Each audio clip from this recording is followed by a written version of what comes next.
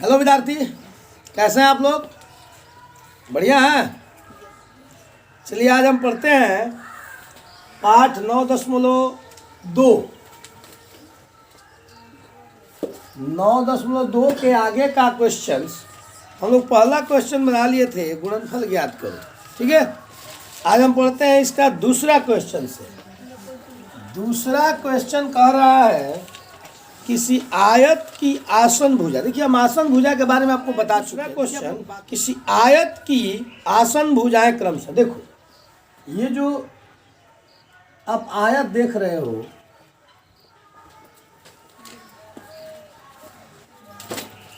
ये आयत है। आयत में क्या होता है ना कि आमने सामने की भुजा बराबर होती है, ए बी सी डी। देखो, तो ये अगर आधारी भुजा है ना, आधार है, तो इसमें जो एक खड़ा है ना ऐसे, ये इसी को बोलते हैं आसन भुजा। ठीक है, तो दिक्कत तो कह रहे कि आसन भुजाएं, ये भी तो आसन है। आसन भुजाएं दिया है 6p² q², और एक ये आसन भुजा दिया है 2pq। ठीक है, आसन भुजा का अर्थ ही हो जाएगा ना लंबाई और चौड़ाई।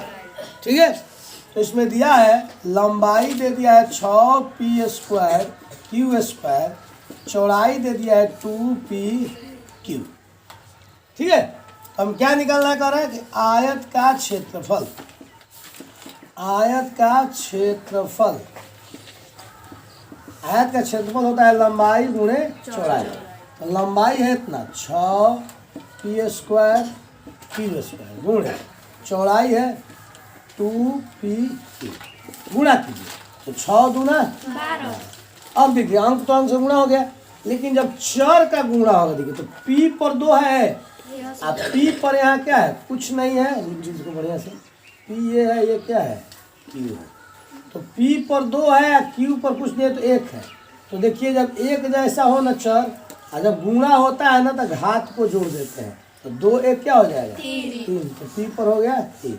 यहाँ भी देखिए q पर 2 है, q पर यहाँ क्या है 1, तो q पर क्या हो जाएगा 2 1 3। तो दिक्कत फिर से एक बार, 6 दूनी 12, अब p पर 2, p पर 1, p पर 3 हो गया, फिर हो गया q पर 2, q पर 1, 2 1 3 हो गया। कोई दिक्कत? चलिए अब तीसरा देखिए, कह रहा है कि यदि किसी वर्ग की भुजा, और देखिए वर्ग दिया है, वर्ग की भुजा रूट में है 2 x² और y²। तो वर्ग की जब भुजा दिया होती है, वर्ग में क्या होता है ना, चारों भुजा आपस में क्या होता है, बराबर होता है ना जी। यानी जितना ये है उतना ही ये है, उतना ही ये है, उतना ही ये है। अगर a b c और d मान ले, तो क्या हो जाएगा, ये भुजा इस भुजा के बराबर, ये भुजा और इस भुजा के बराबर। तो दिक्कत, तो आइए निकालते हैं इसको। वर्ग की भुजा, वर्ग की भुजा दिया हुआ है √2 x² और y²। तो वर्ग का क्षेत्रफल होता है भुजा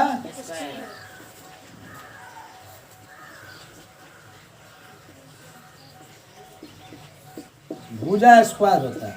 तो भुजा का मान इतना है ना जी, √2 हो गया x² और y², इसका हो गया स्क्वायर। ठीक है, रूट का जब स्क्वायर करते हैं तो रूट क्या हो जाता है, खत्म, तो 2 हो जाएगा।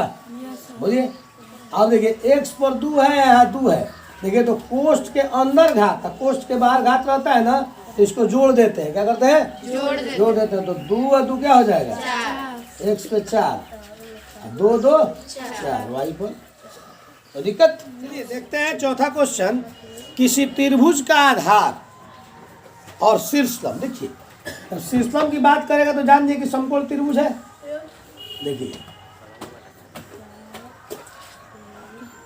ये है, देखिए ध्यान देखिएगा आप लोग, इसको बोलते हैं आधार। ठीक है, इसको बोलते हैं शीर्षलंब, इसको बोलते हैं कर्ण। तो दिक्कत, a b c। चलिए आइए, पर है किसी त्रिभुज का आधार, ये जो आधार है ना ये है 7xy और शीर्षलंब ये है कितना 2x। तो कह रहा है कि त्रिभुज का क्षेत्रफल। चौथा क्वेश्चन क्या कह रहा है, यहाँ लिख देंगे आधार 7xyz और शीर्ष लंब। शीर्षलंब मतलब ऊंचाई, शीर्षलंब मतलब ऊंचाई, शीर्षलंब हो गया कितना 2x। तो त्रिभुज का क्षेत्रफल 1/2 आधार गुणे शीर्षलंब, यानी ये से आधार होता है, ये से ऊंचाई होता है, 1/2 हो गया आधार। आधार है 7xyz और ऊंचाई है 2x। 2 कट गया।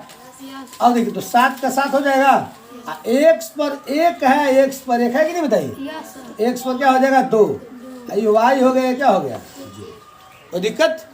फिर से एक बार देखिए 1/2 आधार गुणे ऊंचाई यानी शीर्षलंब, तो 2 से 2 कट जाएगा, यदि ऊपर नीचे है तो 7 का 7 x पर 1 और x पर 1, तो गुणा रहेगा तो घात टूट जाएगा, जोड़ दिया और y का y हो गया, z का z हो गया, तो दिक्कत। चलिए अब देखिए पांचवा क्वेश्चन कह रहा है कि समबाहु त्रिभुज का क्षेत्रफल ज्ञात कीजिए यदि उसके भुजा। देखिए समबाहु त्रिभुज किसे कहते हैं जी, बताइए तो। समबाहु, देखिए सम माने बराबर और बाह माने भुजा, जिसके सभी भुजा आपस में बराबर हो उसके क्या कहते हैं समबाहु। यानी दिया है इसका भुजा 3x², तो अगर ये 3x² है तो ये भी क्या है 3x², ये भी क्या है 3x², ठीक है ना। समबाहु त्रिभुज में सारे बाहु भुजा बराबर होते हैं, यानी सभी भुजा बराबर होते हैं। और सम द्विबाहु में द्वि माने 2 और बाह माने बाह, यानी बाह माने भुजा, जिसके 2 भुजा बराबर हो तो सम द्विबाहु कहते हैं। और विषम बाहु में, विषम माने कोई भी नहीं, विषम मतलब कोई भी नहीं, यानी इसके कोई भी भुजा बराबर नहीं, उसको क्या कहते हैं विषम बाहु। कोई दिक्कत। तो आइए समबाहु है तो भुजा दिया हुआ है, भुजा दिया हुआ है यहाँ 3x²।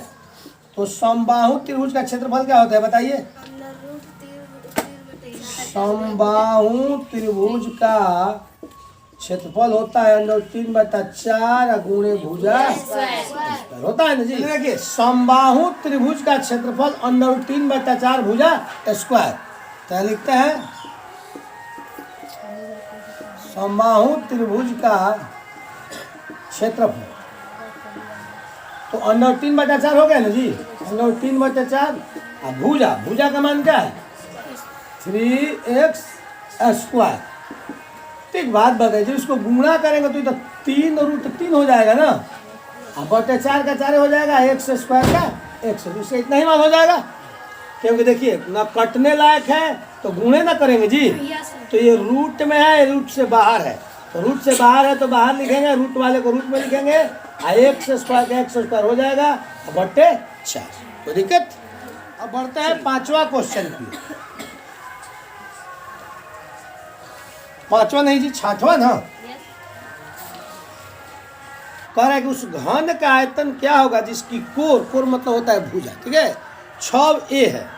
घन का आयतन देखो, घन होता है वर्गाकार, घन कैसा होता है वर्गाकार, और घनाभ होता है कैसा आयताकार, ठीक है।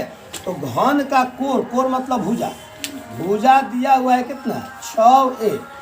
तो घन का आयतन, तो घन का आयतन क्या होता है बताओ, भुजा क्यू होता है ना जी। अब मान लो क्यू दिया है, इसको 3 बार गुणा नहीं कर तो तुम करो ना, तुमको तो पता है ना कि क्यू का मतलब 3 बार होता है, इतना तो कर सकते हो तुम लोग।